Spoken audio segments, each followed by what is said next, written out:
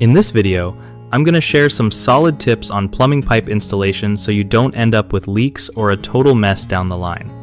Plumbing is one of those things that seems simple until it's not, and getting your pipes installed right from the start will save you tons of headaches and cash.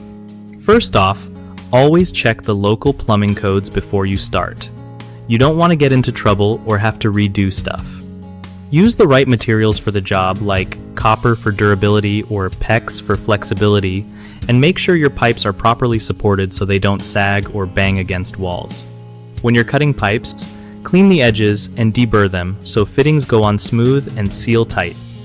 Don't rush the glue or solder connections. Give them enough time to dry or cool before testing the system. Always plan your pipe layout ahead of time to avoid unnecessary bends and long runs that can reduce water pressure. Keep your pipes accessible for future repairs by avoiding sealing them inside walls or concrete if you can help it.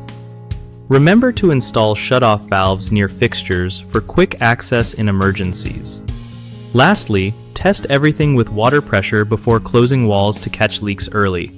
One of the biggest plumbing pipe installation mistakes I see is using the wrong pipe size, which messes up water flow and pressure. Fix this by measuring carefully and sticking to recommended sizes.